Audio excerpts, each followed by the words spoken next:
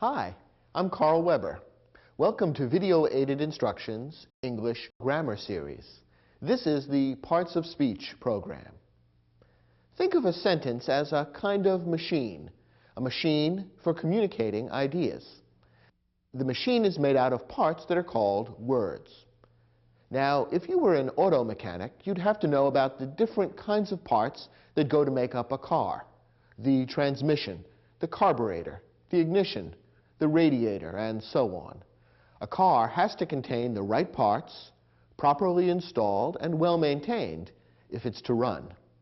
In the same way, a person who wants to communicate effectively must understand the different kinds of words that go to make up a sentence.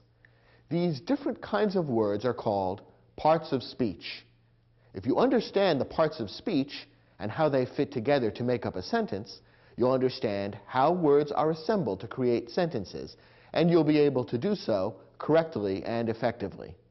In this program, we're going to go through each of the different parts of speech and see how they work together to form English sentences.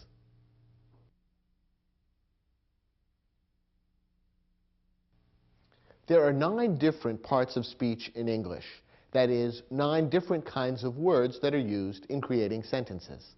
In this first lesson, we'll talk about 3 of the parts of speech: verbs, nouns, and pronouns. Let's begin with verbs. As you recall, every sentence in English can be divided into 2 main parts: the subject and the predicate. The subject is what the sentence is about. The predicate tells something that the subject is or does. And within the predicate, the single most important word is the verb. A verb expresses action done by or to the subject, or it expresses a state of being of the subject. As you can see, the verb is always closely related to the subject. It tells either what the subject is or what the subject does. As you can imagine, there are many different kinds of verbs, because verbs express all kinds of actions, activities, or states of being on the part of the subject. Here are some examples of typical verbs: go, decorate, believe, is, appears. Let's look at each of these examples. Perhaps you can come up with a sentence in which each of these words would be used as a verb. Let's start with the first one, go. Can you come up with a sentence that uses the verb go? How about this one? I go to school every day. Here, the verb go is expressing an action being done by the subject, I. It tells something that I, the subject, do. How about our second example, decorate? Can you come up with a sentence including that verb? Here's one. Every spring, we decorate the gym for our annual dance. Here, the verb decorate expresses an action being done by the subject, we. It tells something that we do. We decorate. How about the verb believe? I believe it's going to rain today. Here, the verb believe is expressing an action being done by the subject, I. Notice that in this case, the action is completely internal. It's a mental action, which means it's something that other people can't see happening. Nonetheless, it is an action. So the verb believe is expressing an action in that sentence. How about the verb is? Can you come up with a sentence that uses the verb is? The weather is cloudy today. Here, the verb is linked with the subject weather. Is it expressing an action or a state of being? The verb is expresses a state of being. It isn't telling us something that the weather is doing. Instead, it's telling us something that the weather is. It is cloudy today. How about our last example, appears? Is this verb a verb that expresses an action or a state of being? Well, the verb appears is an interesting example because it can do either one. In some sentences, the verb appears expresses an action.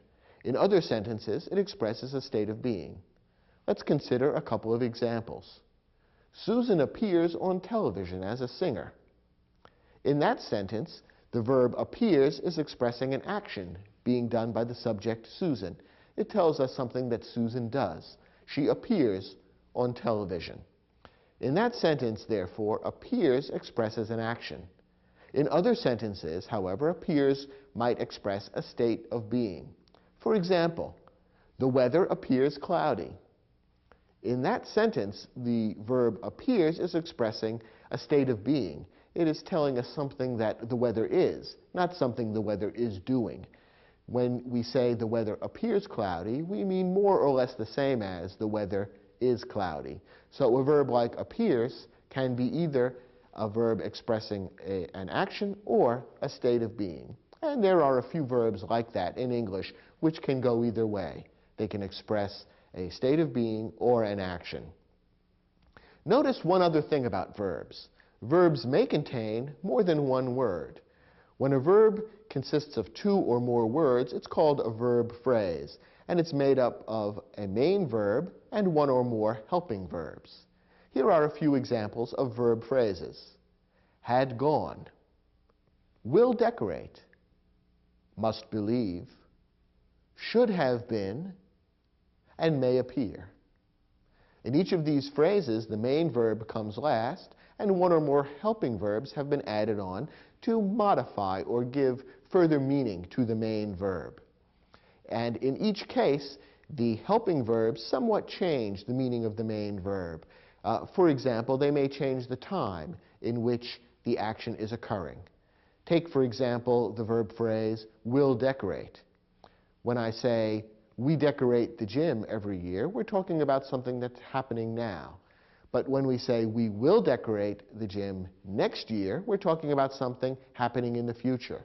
So the helping verb will changes the meaning of the main verb by expressing a particular time when the event will take place. When verbs are modified or changed in this way to influence or to express the time when the action will take place, then we're talking about creating different verb tenses. Verb tenses are used to express the time when an action or a state of being takes place. The whole subject of verb tenses and of properly using verbs is fairly complicated. In fact, it's so complicated that we've devoted an entire program to that subject. And if you're interested in learning more about how to use verbs properly, we recommend you watch that program. Let's move on to the second important part of speech, nouns. A noun names a person, a place, a thing, or an idea. Here are some examples of nouns. Student, Barbara, state, Cleveland, sofa, freedom. All of these are nouns because they name a person, a place, a thing, or an idea. Let's look at each example. What about student? What does that name? Well, that names a person, or at least a kind of person. How about Barbara? That names a person, and it names a specific person. We'll talk in a moment about the special kind of noun that Barbara represents. What about state? What does that name? Well, that names a place. A state would be one of the 50 states that goes to make up the United States, and it's a place where you might live. Cleveland also names a place. Again, a very specific place, a particular city within the United States. Sofa names a thing, and freedom names an idea. Sofa and freedom are both nouns, but notice that one of them names something that you can lay your hands on, something that you can see, something that you can perceive with your senses. That's sofa. Freedom, however, names something that's much more difficult to grasp. It's not something you can see with your eyes or touch with your hands. Freedom is an idea. It's an important concept that many people think about a lot, but it's not something you can point to or perceive with your senses. And that's another example of a kind of noun, a noun that names an idea. Now, within the broad category of nouns, there are two particular types of nouns that you need to be aware of. These are a common noun and a proper noun. A common noun names a category of people, places, things, or ideas. A proper noun names a specific example. A proper noun normally begins with a capital letter. Therefore, it's important to recognize the difference between a common noun and a proper noun, since when you're writing them, you need to know whether to use a capital letter or not. We've already seen a couple of examples of proper nouns. Barbara, a moment ago, is an example of a proper noun. Why? Because it names a specific example of a person, rather than a category of people, like student.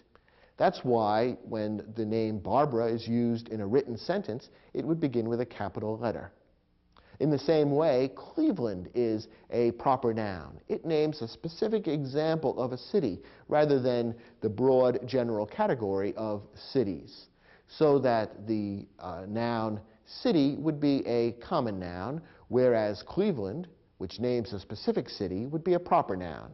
And that's why Cleveland would begin with a capital C when you were writing a sentence using the word Cleveland. Here are a couple of other examples to help you see the difference. The word month is a common noun because it describes a category of things. All the different months would fit into the category of month. May, however, would be a proper noun because it names a specific month of the year, the 5th month of the year in the Western calendar. One more example. The noun ocean is a common noun. It describes a general category of things. Large bodies of water are called oceans, and all the oceans in the world fit into that category. The word Atlantic is a proper noun. It names a specific example of an ocean, one particular ocean that's found in a certain place on the map. It's a vast place, of course, but nonetheless, it's one and only one ocean. So Atlantic is a proper noun and would always be written with a capital A. One other thing to know about nouns is that nouns may be singular or plural. In English, we draw these two distinctions between a singular noun, which refers to one and only one thing, person, place, or idea, and a plural noun, which refers to a number of people, places, things, or ideas. Two or more would be plural. In English, most plural nouns are formed simply by adding the letter S to the end of the singular noun. So, for example, the common noun a sofa would be made plural simply by adding an S at the end and turning it into sofas. If you have one sofa in your living room, you would spell it S-O-F-A. If you have two sofas or more, you would add an S at the end and the word becomes sofas, which is plural for sofa. There are a few nouns that change their form from singular to plural in a slightly different way. Some, for example, don't end in the letter S at all. The common noun man becomes men in the plural. Similarly, woman becomes women in the plural, and child becomes children in the plural. Some other words do add an S at the end, but also change their spelling in some other way when they move from singular to plural. So, for example, the noun leaf, which is singular, becomes leaves in the plural. The F turns into VE, and then the S is added as well. When you learn a new noun, perhaps by looking it up in the dictionary, make a note of how the plural is formed. And in particular, if the plural is formed in an unusual way, make a note of it so that you'll be able to spell it correctly the next time you use the word in a sentence. The third important part of speech is pronouns. A pronoun is a word that takes the place of a noun or a group of nouns. Here are some examples of pronouns. He, she, it, we, they, some, any, who, which, someone. There are many more examples of pronouns and various kinds of pronouns. Again, pronouns are a complicated subject, and we've devoted an entire program in this series to learning all about pronouns and how to use them correctly. So in this program, we're going to speak briefly about pronouns and explain some of the basics that you need to understand. We say that a pronoun takes the place of a noun or a group of nouns. Now, why would you want to use a pronoun in place of a noun or a group of nouns? The basic reason is to avoid unnecessary repetition. Suppose you were writing a story about someone named Mark, and Mark did a number of things in the story. It might get rather tiring to keep referring to Mark by name. Mark went for a walk. Mark walked in the park. Mark saw birds. Mark saw trees. Mark decided to go for lunch. and so on and so forth. By the time you finished reading one page of that story, the reader would be tired of hearing the name Mark repeated over and over and over again. Therefore, pronouns were invented to provide a little relief and a little variety. The second time you refer to Mark in that story, you don't have to use the noun Mark. Instead, you can substitute the pronoun he, or in other contexts, a pronoun like his or him. So, for example, your story about Mark could talk about Mark going for a walk and then saying he decided to have lunch. He went with his brother and they enjoyed lunch together. By using the pronouns he and his and they, the same nouns don't have to be repeated over and over again. The sentence becomes a little more enjoyable and interesting to read, and you don't have the boring repetition of the noun over and over again. So pronouns were invented basically as a way of adding greater variety to writing and making it unnecessary to keep repeating the same nouns over and over again. As you can see, a pronoun always refers back to some noun, or in some cases, a group of nouns. And it's important that the connection between the pronoun and the noun or nouns to which the pronoun refers be very clear. The word or words that a pronoun refers to is called the antecedent of the pronoun. Here are a couple of examples of how an antecedent works. Angela quickly ate her lunch. What pronoun do you notice in this sentence? The pronoun is her. Now, what noun does the pronoun her refer to? Or what noun does the pronoun her take the place of? It refers back to Angela. It takes the place of Angela because in writing this sentence, the author could have repeated that noun, Angela. The sentence could have said, Angela quickly ate Angela's lunch. But that sounds a little awkward and repetitious, doesn't it? So instead, the writer substituted the pronoun her for the noun Angela's and wrote, Angela quickly ate her lunch. That means that the antecedent of the pronoun her is Angela. Angela is the noun to which the pronoun her refers. And you'll notice that the two match in the following way. Is Angela a male or a female? Well, in English-speaking countries, the name Angela is normally used for a female, a woman, or a girl. And that's why the pronoun her has been used, because the pronoun her is also female. It refers to a woman or a girl. So the pronoun and the antecedent in this case have to match in terms of gender, that is, in terms of male or female. And in the special program All About Pronouns, we'll talk more about the importance of making sure that a pronoun and its antecedent match in various ways. Gender is one of the ways in which the pronoun and its antecedent have to match. Here's another example. Jeremy asked Paul to give him a ride. What's the pronoun in this sentence? Here the pronoun is him. Now, can you tell what noun him substitutes for or refers back to? In this case, the pronoun him refers back to Jeremy. We can tell by reading this sentence that Jeremy is asking Paul to give Jeremy a ride. That's the logical interpretation of the meaning of the sentence. So the pronoun him refers back to an antecedent, Jeremy. It's always important when you use a pronoun to be sure that you're clear as to what the antecedent is, so you can make sure that the meaning of the sentence is clear, and so that you can make sure that the pronoun and its antecedent match in every way that's important, including gender. In these two sentences, the pronoun does match the antecedent, and therefore the pronoun is correctly used. In your study guide, we've provided an exercise to test and reinforce the information you've learned in this lesson. Please turn to your study guide and try your hand at that first exercise.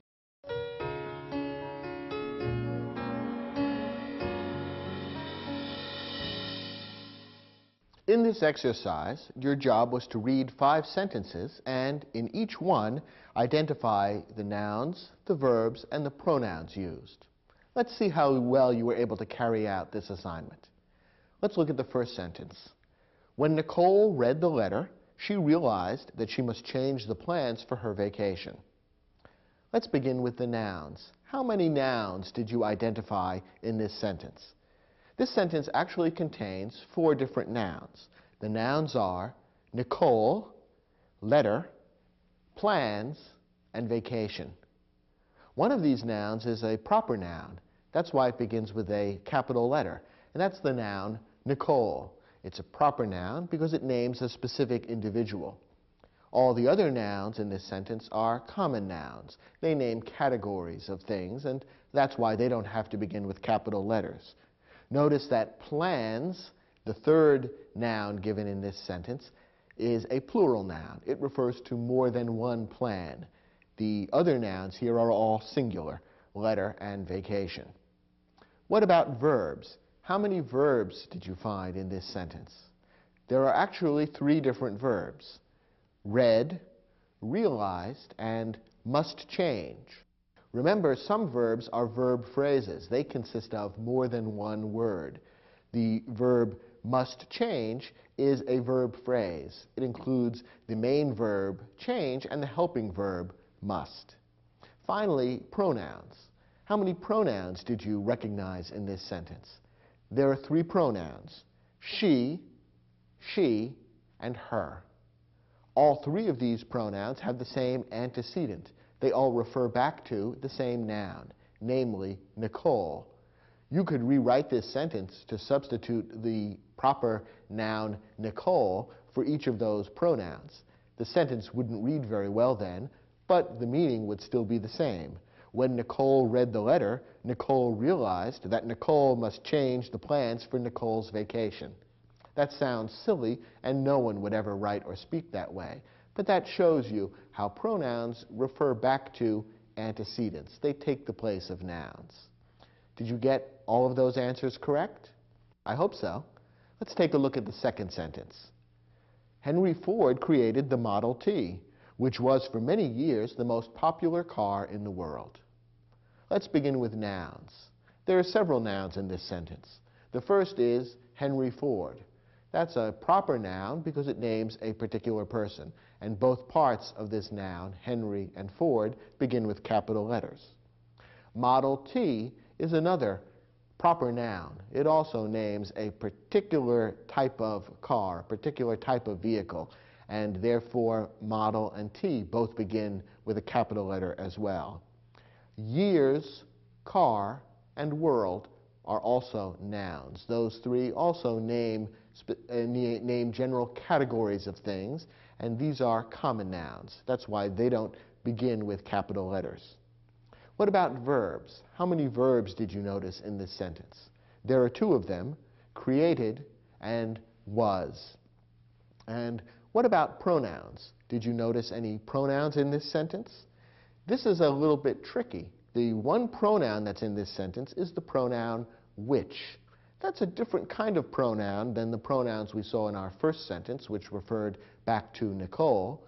In this case, the pronoun which is a special kind of pronoun known as a relative pronoun. It's not important for you to remember the term right now, but generally speaking, relative pronouns are used to connect one clause or one part of the sentence to another. And in this case, you can see that the relative pronoun which connects the first and the second parts of this sentence together.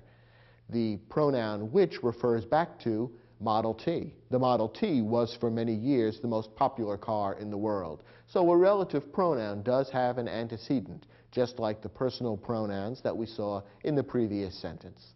Again, it's not important right now to learn the names of the different types of pronouns, but it's good to recognize that a word like which acts more or less the same way as a noun, but which takes the place of a noun, is in fact a pronoun, just as she or he are pronouns. Let's look at the third sentence. Is anyone in your class interested in attending next week's seminar on Italian painting? Again, let's begin with nouns. Which nouns did you recognize in this sentence? The nouns here are class, weeks, seminar, and painting. You might be curious about the second noun here, weeks, which ends with an apostrophe S. The apostrophe S is usually used in English to turn a noun into a possessive noun. And You use the possessive form of the noun when describing something that belongs to or is related to the noun. In this case, the seminar belongs to next week or is related to next week. Next week is when that seminar is going to be held. So you can refer to that in English as next week's seminar and use the possessive form of the noun week. It remains a noun. It simply takes on a slightly different form by adding the apostrophe s to turn it into the possessive form. So those are the nouns that appear in this sentence. What about verbs? Which verbs did you notice? Well, there's one verb in this sentence, and it's a slightly tricky one. The verb is a verb phrase, is interested. Notice that the words that make up a verb phrase can sometimes be separated by other words. One of the times when the words in a verb phrase are separated by other words is in a question like this. This particular sentence is asking a question. It's an interrogative sentence. And in an interrogative sentence, most often, the order of the words is a little different than in the most common declarative sentence. And one of the things that often happens is that the words in a verb phrase are separated by other words. Imagine if you were to change this sentence into a declarative sentence, making a statement rather than asking a question. You would probably bring the words of the verb phrase back together. You would say something like, anyone is interested in attending next week's seminar. And the two words of the verb phrase, is interested, would now be reunited. But to turn it into a question, we break them up in the order in which we've shown in this sentence. So, is interested is the verb phrase, interested is the main verb, is the helping verb. What is the subject of the verb is interested? It's the pronoun anyone. And this particular sentence, in fact, contains two different pronouns, anyone and your. We've already said that there are many different types of pronouns. Pronouns act like nouns, but they take the place of nouns. The pronoun anyone is from a class of pronouns known as indefinite pronouns. And they're called indefinite pronouns because they refer to one or more nouns that are indefinite, that are not specifically stated. Who or what is anyone? Well, we really don't know. The antecedent of the pronoun anyone is not definite. The person who is asking this question, the person who is stating this sentence, is referring to some unknown person in your class who might be interested in next week's seminar. Since the person is unknown, that person is referred to using an indefinite pronoun, anyone. Other examples of indefinite pronouns are someone and no one. All of these refer to people who are not specifically named, and that's why they're called indefinite pronouns. And finally, your is also a pronoun. And here, the antecedent doesn't appear in the same sentence. The antecedent, that is, the person to whom your is referring, is you. It's not exactly stated in the sentence, but it's something that's understood. When you or your are used as pronouns in sentences, the person who is being referred to is you, the listener, the person who is hearing the sentence, or the person to whom the sentence is addressed. So here we have a couple of pronouns being used in slightly unusual ways. We have the indefinite pronoun anyone and the pronoun your being used to refer to you, the person hearing the sentence. Let's look at our fourth example. Tim bought several beautiful rugs while he was traveling in Turkey. Again, let's begin with the nouns. How many nouns did you recognize here? Well, there are three. Two proper nouns, Tim and Turkey, and one common noun, rugs. How about verbs? How many of those did you recognize here? There are two. One is a single word, bought, which describes something that Tim did, and the other, a verb phrase, was traveling, describes something else that Tim did. Finally, what about pronouns? Did you notice any pronouns here? There's one, the pronoun he. And what's the antecedent of he? To whom does he refer? What is the noun that he takes the place of? The antecedent of he is Tim. The sentence could be rewritten and substitute Tim for he. But again, it would be less interesting and a little more awkward and rather repetitious. which is why the pronoun is used instead. Let's look at our last sentence. When you are designing a bridge, safety is the most important consideration. What nouns did you notice in this sentence? There are three nouns: bridge, safety, and consideration. Notice that bridge describes a thing, while safety and consideration describe ideas. Nouns very often refer to concrete physical things, things that can be seen or perceived with the senses, but remember that nouns can also refer to ideas. And safety and consideration are both ideas. They're things that you can't see or lay your hands on. No one can point to or touch something like safety. Instead, it's an idea in the mind, but it is used in the same ways as any other noun. For example, it's used as the subject of a verb. So that's how we recognize that safety and consideration are nouns, even though they don't describe concrete things the way most nouns do. What about verbs? What verbs did you notice in this sentence? There are two verbs. Are designing is a verb phrase, and is another verb. Are designing, of course, describes an action being taken by you, the subject of the verb. Is describes a state of being that affects the subject of that particular verb, which is safety. And finally, pronouns. Are there any pronouns in this sentence? You is the only pronoun, and once again, its antecedent, the thing it refers to, is you, the person who is hearing the sentence. How many of these identifications did you get right? I hope most or all of them. If you're ready now, let's move on to Lesson 2.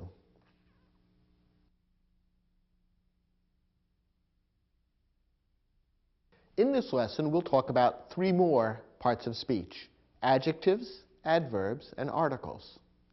These three types of parts of speech have more in common than beginning with the letter A. All three are modifiers. In grammar, the word modify is used in a special way. To modify something is to change it. Adjectives, adverbs, and articles all modify other words by giving more information about them. Let me explain how this works. Let's start with adjectives. An adjective modifies a noun or pronoun. That is, when an adjective is used in a sentence, it gives more information about or gives further explanation about some noun or pronoun that appears in the sentence. Here are some examples of adjectives: large, unusual, green, impossible. Each of these words, if they were used in a sentence, would give more information about a noun or pronoun that appears somewhere in the sentence. They give more information, and therefore we say they modify the noun or pronoun. For example, if I were writing a sentence about a boat, that word boat would be a noun. If I described it as a large boat, the adjective large would be modifying the noun boat and would be giving us more information about the boat. It would be telling us something about what kind of boat it is. In the same way, the adjective unusual would give more information about the noun hat in a phrase like that unusual hat. The green tree, the adjective green gives more information about the tree. And an impossible task, the adjective impossible gives more information about or explains something more about the noun task. Now, in each of the phrases that I've just used as an example, the adjective comes before the noun. And in the English language, that's usually where adjectives go. However, adjectives can also be used in another way in sentences. The adjective can come after a verb of being, and the verb of being would then link the adjective to the noun, which is the subject of the verb. So, for example, rather than referring to that impossible task in a phrase like that, I could say, this task is impossible. Now, the noun task is the subject of the verb of being, is. And what comes after the verb of being is the adjective impossible. So you can see that in that sentence, the verb of being is links the noun task and the adjective impossible, and shows that the two belong together. So an adjective most often comes before a noun in a sentence in English, but it can also come after a verb of being, which links the adjective to the noun or pronoun to which it refers. So look for adjectives in both of those places. Now, sometimes a word which is usually used as a noun or pronoun can be used in a sentence as an adjective.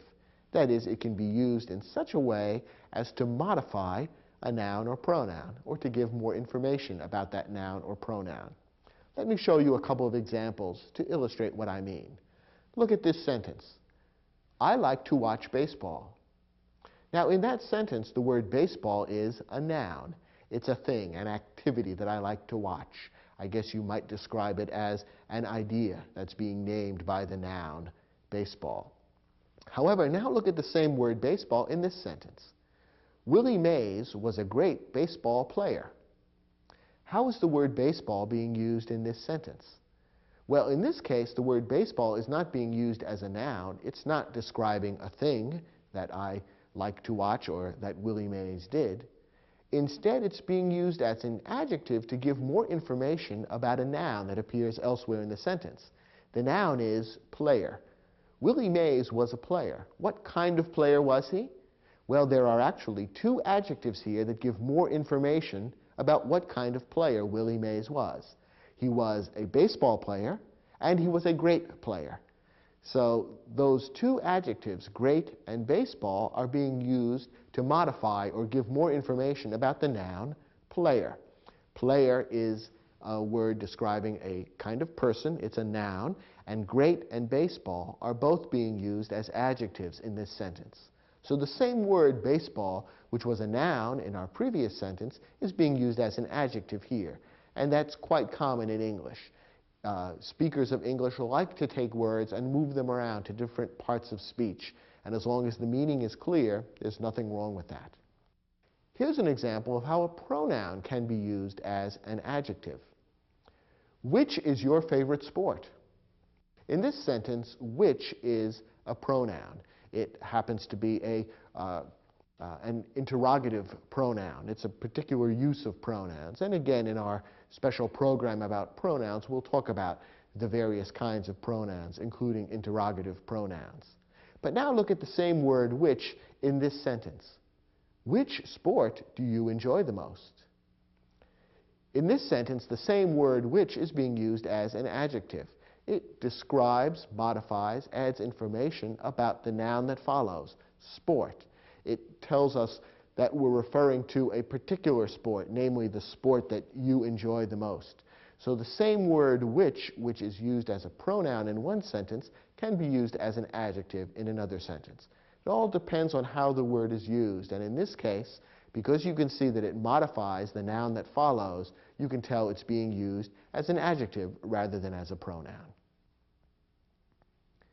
One particular type of adjective is important enough to be considered a separate part of speech, and these are articles.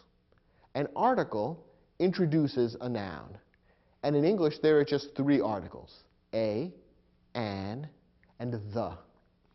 The is called the definite article because when it's used, it states that the noun that follows is one specific noun as opposed to any example from the category. A and an are indefinite articles because when they are used, they are referring to any example from within the category. So, for example, if I say, gee, I would like an apple for lunch, I'm not specifying any specific apple. I'm just saying any old apple would be great for my lunch. If I say, I would like the apple for lunch, I'm referring to the one apple that I see on the counter in front of me right now. So that's the difference between an indefinite article and a definite article. The only difference between a and an, which are both indefinite articles, is that an is used in front of a word that begins with a vowel sound, an open sound like apple or orange. The article a is used before a noun that begins with a consonant sound, a closed sound like potato or tomato. So you'd refer to a potato, a tomato, an orange, an apple. The third type of modifying word is an adverb. An adverb modifies a verb or an adjective or another adverb. When an adverb is used in a sentence, it generally tells us how. It gives more information about the action described by the verb or the quality described by the adjective or even another adverb. Adverbs often end in ly, but not always. Here are some examples of typical adverbs, and we'll consider some examples of how these might be used in sentences. Adverbs include words like quickly, soon, very, rather, to, and not. That last example of an adverb, not, is one of the most commonly used. It often is used to interrupt a verb phrase. In other words, the word not is used in between words of a verb phrase, and when it's used in this way, it is negating the meaning of the verb phrase. It turns the verb from something that is happening into something that is not happening. And in fact, in the sample, in the way I just used the word not, that illustrates how the word not, the adverb not, is used to interrupt a verb phrase. We could refer to something that is happening, and is happening is the verb phrase, or something that is not happening. And by inserting the adverb not in the middle of the verb phrase, we turn the phrase into a negative rather than a positive. Adverbs are most often used to modify verbs. They tell how the action occurred. So, for example, you might say, he walks quickly. Here we have the adverb quickly, and it modifies or gives more information about the verb walks. Walks describes an action in this sentence, and quickly tells us a little bit more about what that action is like. It's a quick walk. It's walking that is being done quickly. It tells us how the walking is being done. So quickly, the adverb modifies the verb walks in this sentence. Notice how adverbs can also be used to modify adjectives or even other adverbs. Compare the sentence we just said, he walks quickly, with the following other sentences to see how these combinations of words can work together. He walks quickly. Quickly is an adverb modifying the verb walks. Now let's say he is quick. The word quick, what part of speech is that in this sentence? In this sentence, the word quick is an adjective. It describes he, the pronoun he. It modifies he, tells us something about him. He is quick. And it follows the linking verb be and links the pronoun he with the adjective quick. So he is quick gives us a pronoun, a verb, and an adjective.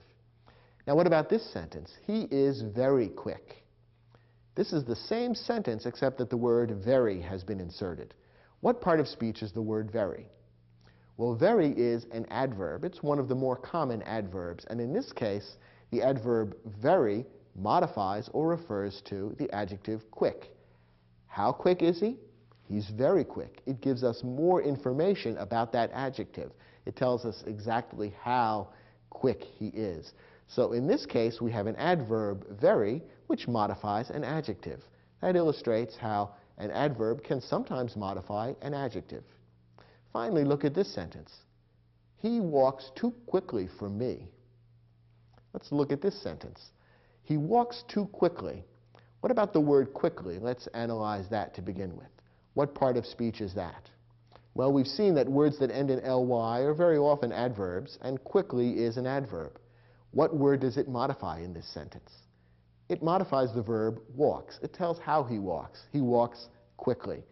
So quickly in this sentence is an adverb modifying the verb walks. Now what about the word too? He walks too quickly. What part of speech is too? Well, too is another adverb, and in this case, too is modifying the adverb quickly. Remember we said that an adverb can modify a verb, it can modify an adjective, or it can modify another adverb. This is an example of an adverb modifying another adverb. Quickly is an adverb modifying the verb walks. It tells us how he walks quickly. The adverb too modifies the adverb quickly. It tells us how quickly he walks, too quickly. So, as we've seen in these examples, an adverb can modify a verb, it can modify an adjective, or it can modify another adverb. Notice that the adverb not, which we mentioned as one of the most important and common adverbs, is often contracted to N apostrophe T. To contract a word means to shorten it by leaving out some of the letters. And when you make a contraction in English, you mark the letters that have been omitted with an apostrophe. So the adverb not is shortened into the contraction N apostrophe T. So for example, look at these two sentences. William is not going to the movies with us. Here the adverb not appears in the middle of the verb phrase is going. Remember that the adverb not isn't part of the verb phrase, even though it interrupts it. The verb phrase in this sentence is going. Not is an adverb which, in this case, interrupts the verb phrase or appears in the middle of it and changes its meaning to a negative. He is not going to the movies with us. Now look at this sentence. Sharon isn't going either. What's the verb phrase in this sentence? In this sentence, the verb is going. And in between, we have the adverb not, which has been contracted to N apostrophe T, pronounced int. Sharon isn't going. So even though is does not appear in this sentence as a word by itself, nonetheless, if you're asked what the verb is in this sentence, the correct answer would be the verb phrase is going. And not, the contraction N apostrophe T, has been stuck in the middle to negate the meaning. This sentence could have read, Sharon is not going either. But most often, for ease of reading, we would contract not to N apostrophe T and turn it into Sharon isn't going either. The use of contractions is considered slightly less formal than using the full word. So depending on the kind of writing you're doing, you may or may not choose to use contractions. But in most writing, contractions are considered appropriate, and this is an example of how they're used. So remember that the adverb not would not be considered part of the verb phrase, even though most often it would interrupt it. In your study guide, we've provided an exercise that will give you a chance to test your understanding of these concepts related to adjectives, articles, and adverbs.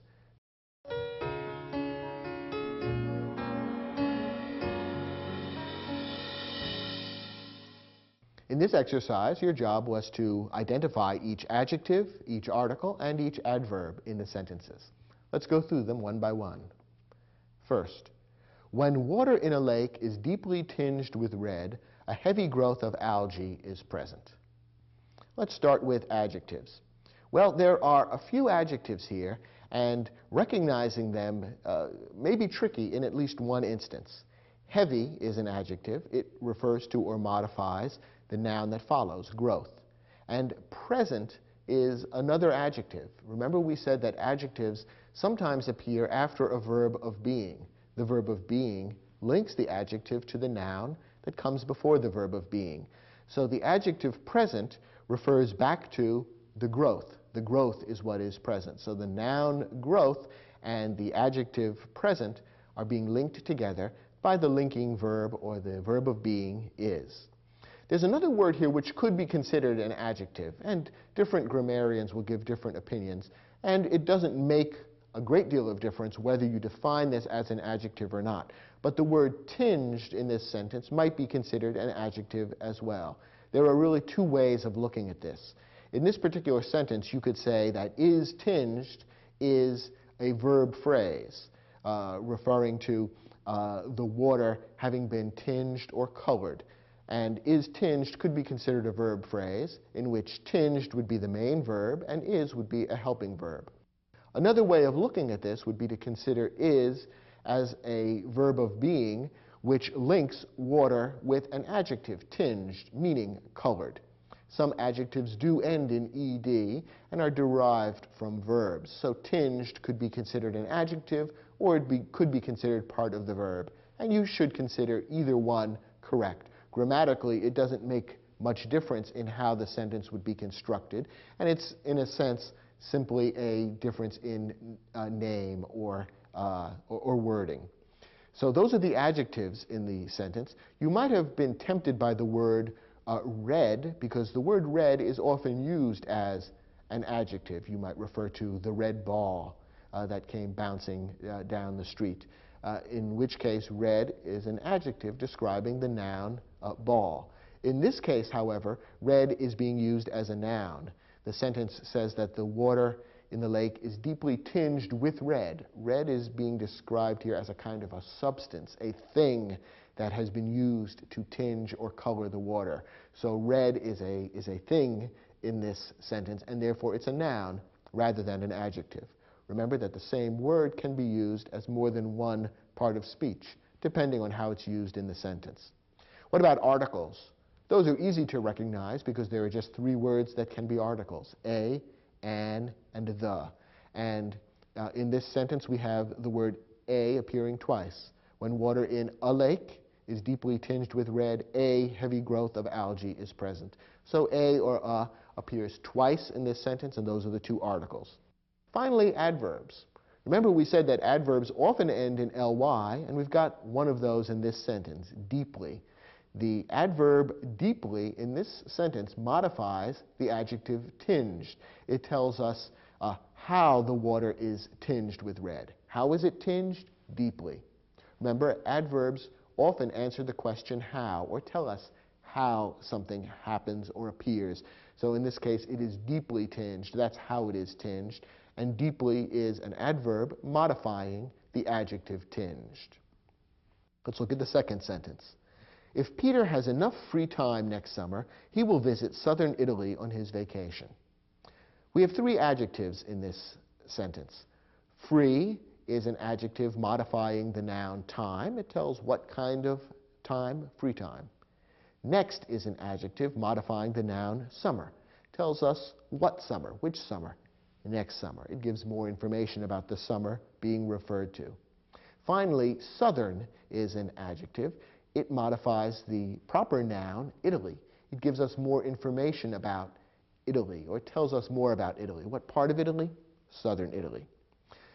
There's no article in this sentence. The words a, an, and the don't appear, but there is one adverb, enough. The adverb enough in this case modifies the adjective free. Remember, we saw that free is an adjective modifying the noun time. Enough is an adverb giving us more information about free, or about the free time. How much free time, or what kind of free time? Enough free time. So enough is an adverb modifying the adjective free in this sentence. How about our third sentence? Auto racing is generally considered one of the most dangerous sports in the world. Let's look for adjectives first. The first word in the sentence is an adjective, auto.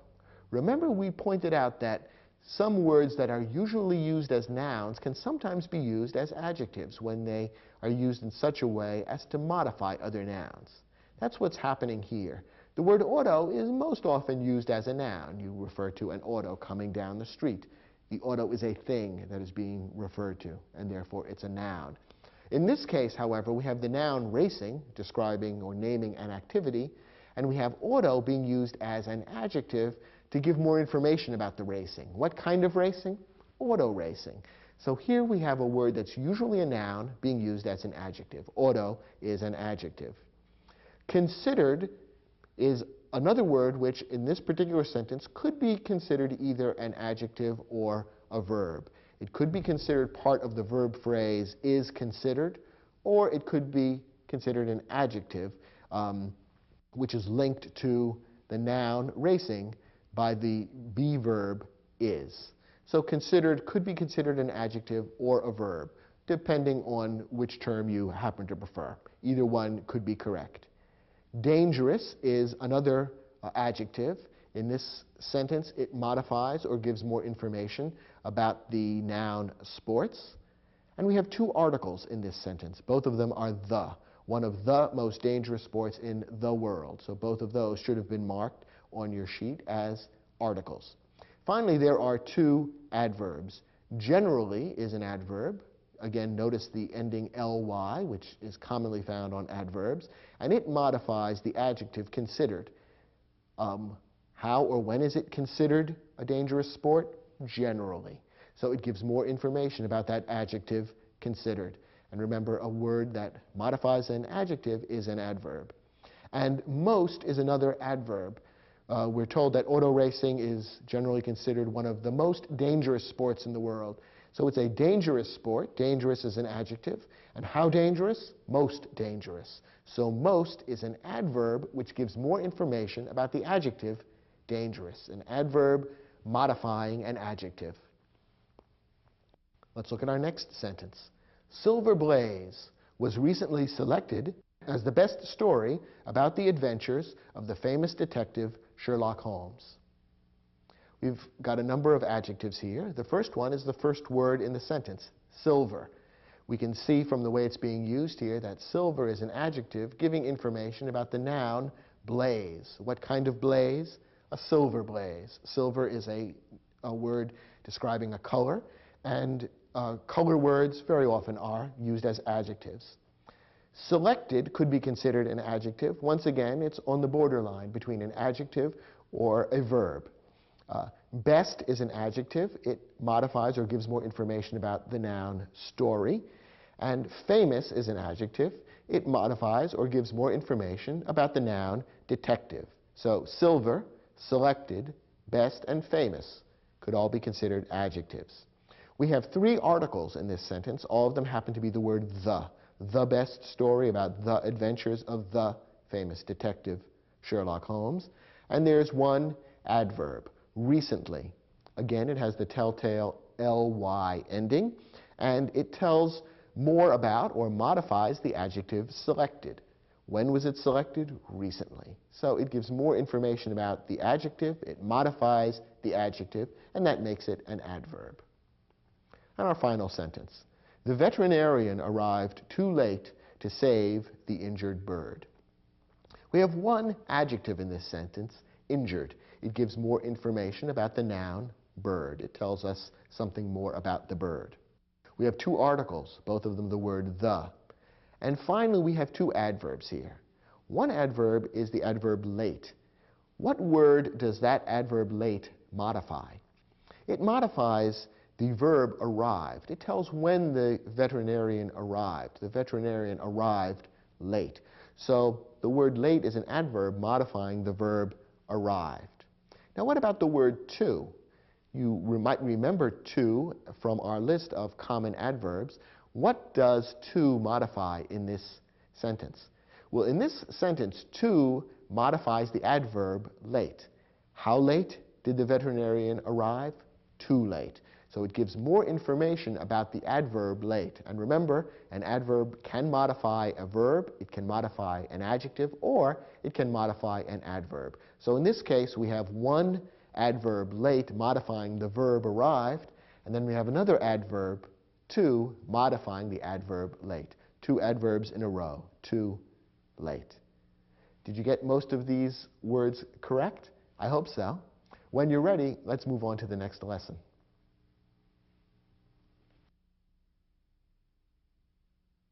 Okay, let's pause to review. We've talked about 6 different kinds of parts of speech so far. Verbs, nouns, pronouns, adjectives, articles, and adverbs. We have 9 parts of speech to talk about altogether, so there are 3 more to do. In this lesson, we'll talk about 2 kinds of connecting words, prepositions and conjunctions. First, a preposition relates a noun or pronoun to another part of the sentence. There are many different kinds of prepositions. Many of them are short words which describe a relationship between the noun or pronoun that follows and the rest of the sentence. Here are some examples of prepositions. In, for, by, from, with, to, below, through, and there are many more. One thing that's special about prepositions is that they're always followed by either a noun or a pronoun, most often a noun. The whole combination of words, the preposition and the noun that follows, is called a prepositional phrase. So whenever you see a preposition, always look for the entire prepositional phrase that the preposition introduces. So you would always see a preposition followed by a noun or a pronoun, and altogether that combination of words makes a prepositional phrase, which fits into the sentence and adds further information about the meaning of the sentence. So looking at the prepositions I just listed for you, you can imagine for yourself a number of prepositional phrases that these prepositions could be part of. In my house, for my sister, by William Shakespeare, from New York, with my father-in-law, to Chicago, below the equator, through the tunnel, and so on. Now, some prepositions consist of more than one word. Here are a few examples. According to, because of, in front of, instead of, prior to. And again, there are other examples. You can see that although these prepositions consist of more than one word, the two or three words that make up the preposition work together and have a single meaning. And once again, each of these prepositions would come before a noun or a pronoun and form a prepositional phrase. According to the weatherman, because of today's rain, in front of the hotel, instead of dinner, prior to bedtime, and so on. So these are prepositions. They're connecting words because they connect the noun or pronoun that follows to the rest of the sentence. The other type of connecting word that's important is a conjunction. A conjunction connects two or more other words. There are a few different kinds of conjunctions that you need to be aware of. First, coordinating conjunctions. A coordinating conjunction connects words, phrases, or clauses. And there are 7 different coordinating conjunctions. They are and, but, or, nor, for, yet, and so. Each of these 7 coordinating conjunctions can be used to join a pair of words, or a pair of phrases, such as prepositional phrases, or a pair of clauses. For example, when we talked about sentence structure in the program by that name, we saw how coordinating conjunctions can be used to join 2 independent clauses to create what's known as a compound sentence. That's a common use for coordinating conjunctions. Notice that these 7 coordinating conjunctions join 2 elements which are more or less equal in value, so that when you connect words, phrases, or clauses with a word like and, or but, or nor, generally speaking, the 2 things that are being connected are roughly equal in importance. That's one characteristic of how coordinating conjunctions are used. A second type of conjunction to be aware of is the subordinating conjunction. A subordinating conjunction connects clauses, making the clause that follows the conjunction a subordinate clause. Again, in our lesson about sentence structure, we talk a fair amount about subordinating conjunctions. So if you haven't watched that program, you probably should to get a little more background on how subordinating conjunctions are used. Subordinating conjunctions make the clause that follows into a subordinate clause, meaning one that can't stand alone as a sentence. For example, take a subordinating conjunction such as if. If the subordinating conjunction if is put in front of a clause, a group of words including a subject and a verb, that clause can no longer stand alone as a sentence. It becomes a subordinate clause, one that needs to be connected to another clause to make a complete sentence. So, for example, we might have a clause like the following. It rains this afternoon. That could stand alone as a sentence. However, when we put the subordinating conjunction if in front of it, it can no longer stand alone as a sentence. If it rains this afternoon, suddenly it feels incomplete. Something more needs to be added to turn it into a complete thought. If it rains this afternoon, the picnic will be canceled. A subordinating conjunction then creates a subordinate clause, which means a clause that can't stand alone as a sentence. Notice the difference between a subordinating conjunction and a coordinating conjunction. We said that coordinating conjunctions join two things that are more or less equal in importance. A subordinating conjunction joins one thing which is independent, an independent clause, and a clause which is subordinate, less important, can't stand alone as a sentence. So whereas a coordinating conjunction links two things that are equal in value, the subordinating conjunction links two things that are unequal or different in value and importance. Here's the third and final kind of conjunction to be aware of, the correlative conjunction. A correlative conjunction comes in pairs, and there are four most important correlative conjunctions to be aware of: both and, either or, neither nor, not only but also. And the most important thing to be aware of about correlative conjunctions is that they always should be used correctly in pairs.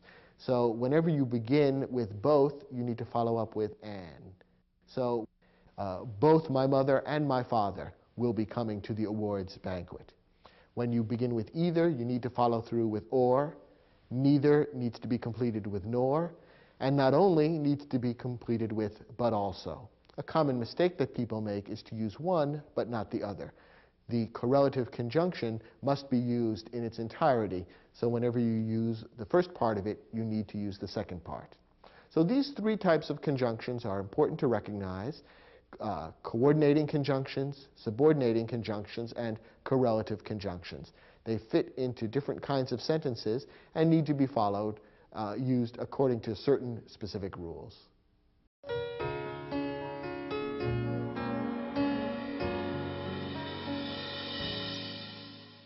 For this exercise, your job was simply to identify the conjunctions and the prepositions that appear in these sentences.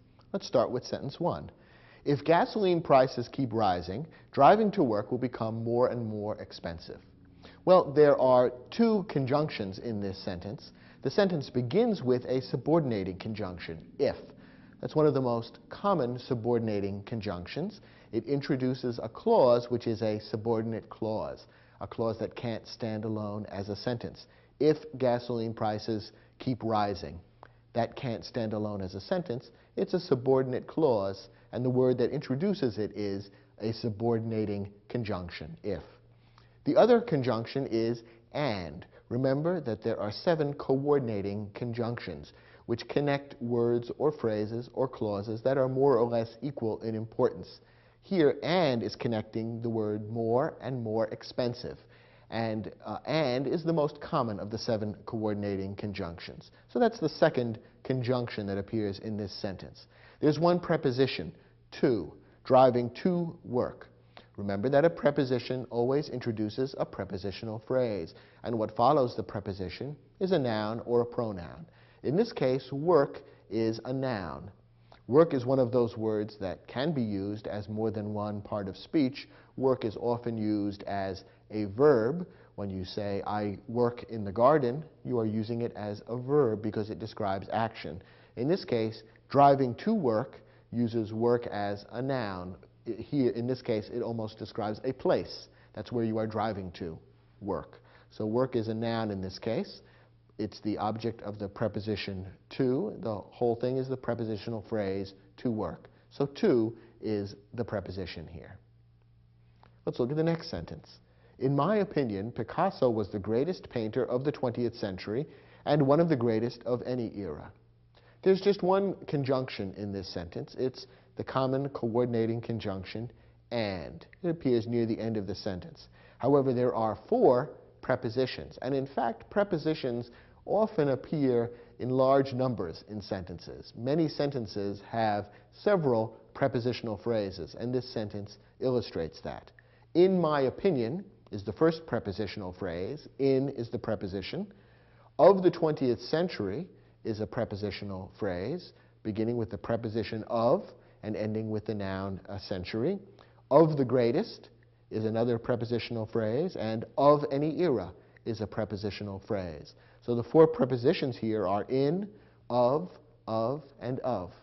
Notice that this sentence includes 4 prepositional phrases, 3 of which begin with the preposition of. And yet the sentence doesn't sound terribly repetitive or awkward, does it? In my opinion, Picasso was the greatest painter of the 20th century and one of the greatest of any era. It sounds fine. And that illustrates the fact that in English, it's easy to use several prepositional phrases in a sentence and create a sentence whose meaning is clear and which sounds perfectly correct and easy to read. So there's one of the lessons of this particular program, that prepositional phrases are very versatile and are good to use to express complicated meanings in English. Here's our third sentence. Neither the coach nor the players could explain the dismal performance turned in by the soccer team against their local rivals. This sentence you might have found a little more tricky. There is a conjunction in this sentence that might have been a little difficult for you to recognize. This is a correlative conjunction. Remember, those are conjunctions that work in pairs, and the correlative conjunction appears near the beginning of the sentence, neither nor. Remember, we said that when you use neither, you have to always follow up with nor. Those two words always belong together, so when you begin with neither, you need to use nor within a few words. So in this sentence, the correlative conjunction neither nor has been used correctly. Neither the coach nor the players. The correlative conjunction in this case is being used to connect two nouns, coach and players. We don't have any other conjunctions in the sentence, but we do have two prepositions, introducing, of course, prepositional phrases. By is the first preposition, introducing the prepositional phrase by the soccer team, and against their local rivals. Against is the preposition, and against their local rivals is the prepositional phrase. You might have been confused by the use of the word in. The word in can sometimes be a preposition. You could say, in my house, and there you have a prepositional phrase beginning with the preposition in and ending with the noun house.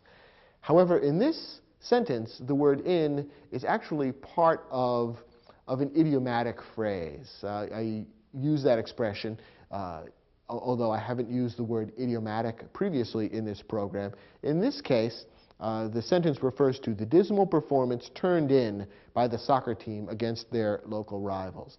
I think you can hear that the word in is really linked here to the verb turned, and together the word turned in, or that phrase, creates a kind of a verbal idiom, which means the performance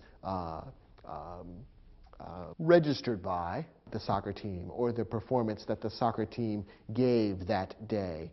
So turned in, rather than in being a preposition introducing a prepositional phrase, turned in instead is kind of a verbal phrase, idiomatic, meaning that's just an expression that's used in English, and the word in this case, is not being used as a preposition, but rather is connected to the verb turned, and the whole thing becomes a verbal idiom with a particular meaning, the two words being connected almost as one thing.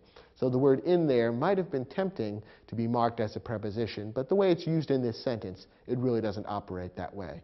Remember, a preposition would always be followed by a noun, which isn't the case here. Our next sentence. According to most surveys, parents usually prefer sending their children to schools located in the neighborhoods where they live.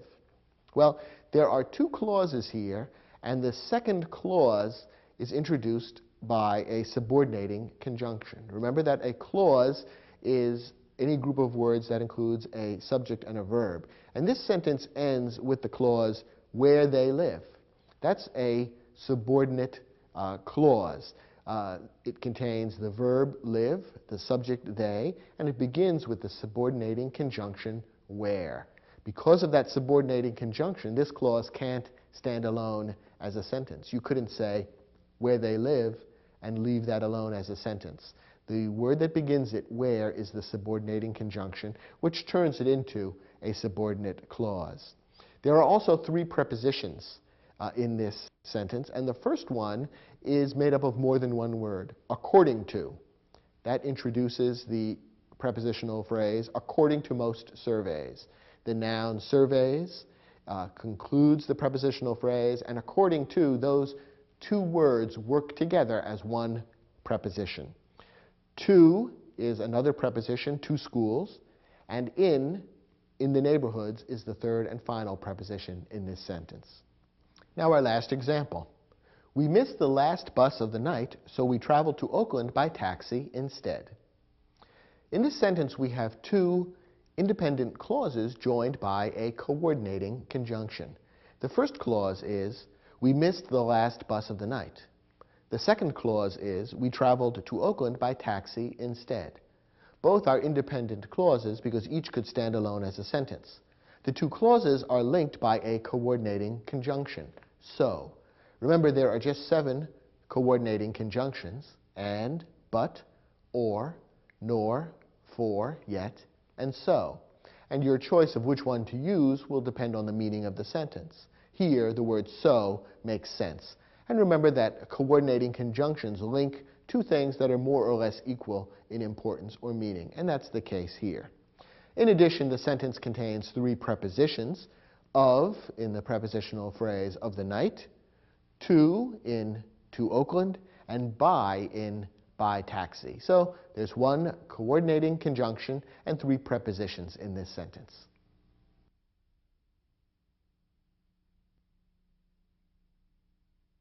We've gone through 8 of the 9 parts of speech, so that means there's only 1 left. And this last one is the simplest and, in a way, the funniest. An interjection expresses a strong emotion and is not grammatically connected to the rest of the sentence. In other words, an interjection is a word that just kind of hangs out there by itself. Doesn't happen in writing very often, happens a little more often in speech, but it isn't much of a grammatical problem. Here are some examples of interjections. Gosh, yikes, ouch, hooray, or Homer Simpson's favorite, dough. Those are interjections. And since they're not connected grammatically to the rest of the sentence, you don't need to know much about them.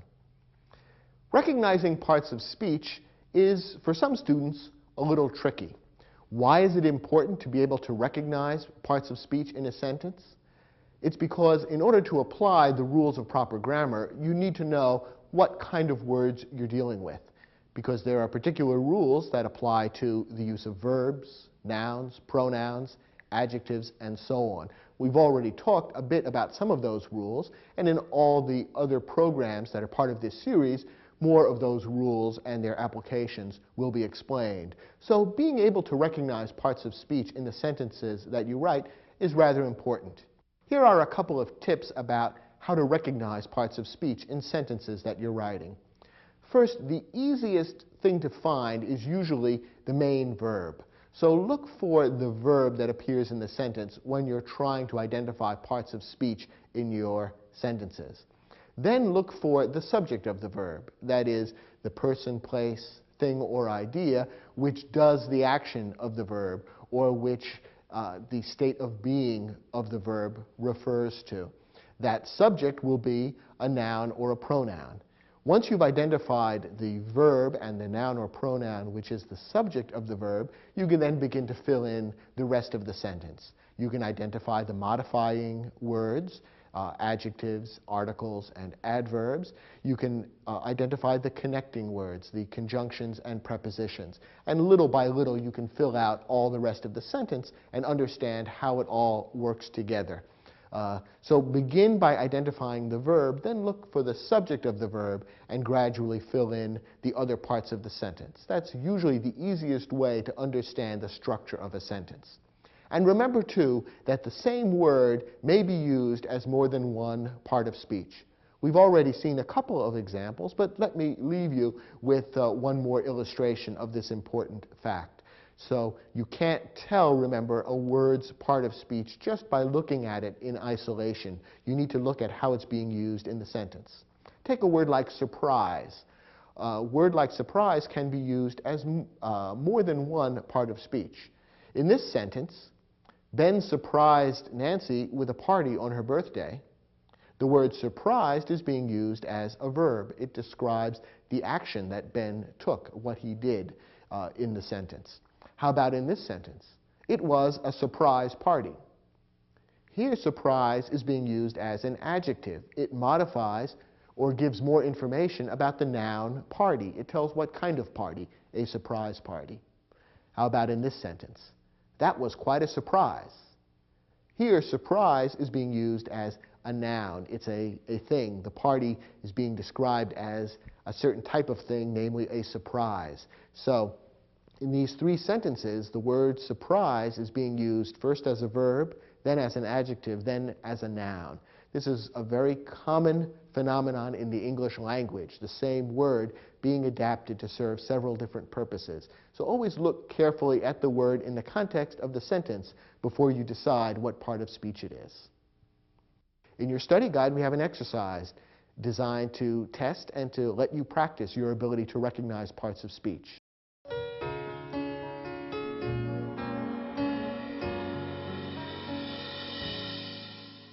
Let's look at the first sentence and then decide what part of speech each of these words represents. My car gets 30 miles to the gallon. Following my recommendation a moment ago, let's start by looking for the verb. The verb here is gets. What is the subject of the verb? The subject is the noun car, and it's preceded by the pronoun my. My is, in this case, referring back to myself. I am the antecedent, even though I don't appear in the sentence. And pronoun my is what's technically known as a possessive pronoun. Notice that it's used almost in the same way as an adjective, but it's a pronoun because it's referring back to a person, and therefore it's taking the place of a noun. So my car gets is pronoun, noun, verb. The remaining words are an adjective, a noun, a preposition, an article, and a noun. So 30 is an adjective. It modifies the noun miles. 2 is a preposition, and it's followed by the article the and the noun gallon. Now let's look at the second sentence. People say that too many young athletes today are selfish. There are two verbs in this sentence. Say is the first verb, and its subject is the noun people. The second verb is are, which is a verb of being near the end of the sentence, and its subject is the noun athletes. Now we can fill in the other words, now that we've identified the verbs and their subjects. The word that is a pronoun. Technically, it's known as a relative pronoun, and what it's doing is introducing a subordinate clause. So that is a pronoun. To is an adverb modifying the adjective many. Young is another adjective modifying athletes. And today is an adverb which modifies the verb are. That is, the young athletes of today are selfish. When are they selfish, or how are they selfish? They are selfish today. So the adverb today modifies that verb are. And the final word, selfish, is another adjective. Remember, we saw that adjectives can sometimes follow a verb of being and refer back to the noun, which is the subject of the verb. In this case, the adjective selfish follows the verb are and refers back to the athletes. So the athletes, noun, are selfish, adjective. Let's look at the next sentence. The Hudson River in New York is not actually a river. In fact, it is a tidal estuary. Two verbs in this sentence. The first one is, and the subject is river. The entire first clause is talking about what the Hudson River is. So river is the noun, which is the subject of the verb is. The second verb is also is in the second clause, and the pronoun it is its subject. Now let's talk about the other words here. We said that river is a noun. The Hudson, preceding the word river, are an article and an adjective. Hudson is an adjective telling what river. In is a preposition, and New York is a noun. It's a proper noun naming a particular state in the United States, and it's the object of the preposition. It's part of the entire prepositional phrase, in New York. We saw that not is one of the most common adverbs, and that's how it's being used here, and actually is another adverb, also modifying the verb is. A is, of course, an article, and river is a noun. Now we move into the second clause. In fact is a prepositional phrase. So in is the preposition and fact is a noun. It is a pronoun. Is, we've already seen, is the verb. And a tidal estuary is an article, an adjective, and a noun. Estuary is a noun because it names a particular thing. It's a difficult word, so perhaps you don't know that word, but you can tell from the way it's used in this sentence that it must be a noun. For example, it's introduced by an article. So even if you never saw the word estuary before, you can tell it's a noun because the sentence refers to a tidal estuary. And you only put an article in front of a noun. And tidal is an adjective because it tells what kind of estuary. So that's how we would identify the various words in this sentence. How about the next example? Paul Klee created some of the greatest abstract paintings of the 20th century. The verb here is created, and the subject is the noun Paul Klee, a proper noun naming a particular person. Now let's look at the rest of the sentence. Some is a pronoun. Remember, we talked a bit about indefinite pronouns, pronouns which refer to some unnamed thing or group of things. And the some here is referring to an unknown or unidentified group. So it is a pronoun, an indefinite pronoun. Of the greatest abstract paintings, all of that is a prepositional phrase. Of is the preposition that begins it. The is an article. Greatest and abstract are both adjectives, and paintings is the noun. So the whole thing taken together is a prepositional phrase, beginning with a preposition and ending with a noun. And the last words of the sentence are also a prepositional phrase, of the 20th century. Of is the preposition, century is the noun, and in between we have the article, the, and the adjective 20th. Now our last example. Wow, you have a really beautiful view of the Rocky Mountains from your balcony. Of course, we had to stick in at least one example of an interjection, and the first word here, wow, is our interjection. It has an exclamation point, which interjections often do, and it's not grammatically connected to the rest of the sentence. The meaning is connected, but there's no special linkage grammatically. Now let's look at the rest of the sentence. The verb is have, and the subject of the verb is you, which is a pronoun. So you have, pronoun and verb, that's the heart of the sentence. Let's look at the rest of what's here. A really beautiful view. A is an article, of course. Really is an adverb, and beautiful is an adjective. All of this goes to modify the noun view. Beautiful is an adjective modifying view, and the adverb really modifies the adjective beautiful. How beautiful? Really beautiful. So any word that modifies an adjective would be an adverb, and that's what really is. Of the Rocky Mountains is a prepositional phrase. Of is the preposition. The is an article. Rocky is an adjective, and mountains is the noun, which Rocky modifies. So of the Rocky Mountains begins with the preposition, ends with the noun, prepositional phrase. And the sentence ends with one more prepositional phrase, from your balcony. From is the preposition, balcony is the noun, and in between we have the pronoun your. Again, it's a possessive pronoun. It tells whose balcony, yours. So the antecedent of that pronoun would be you, the hearer of this sentence. And in effect, the pronoun here acts as a kind of an adjective because it gives a little more information about the noun balcony. You now have a pretty good idea of how these 9 different parts of speech are fitted together to create English sentences. In a way, it's amazing, isn't it, that just 9 different kinds of words can be put together in different combinations to express almost any conceivable human emotion or idea. In the other programs in this series, we'll provide you with additional pointers and rules to follow in selecting among these 9 parts of speech and fitting them together to create English sentences that express your meaning accurately and that are also grammatically correct. I hope you've found this program enjoyable and helpful, and thanks for watching.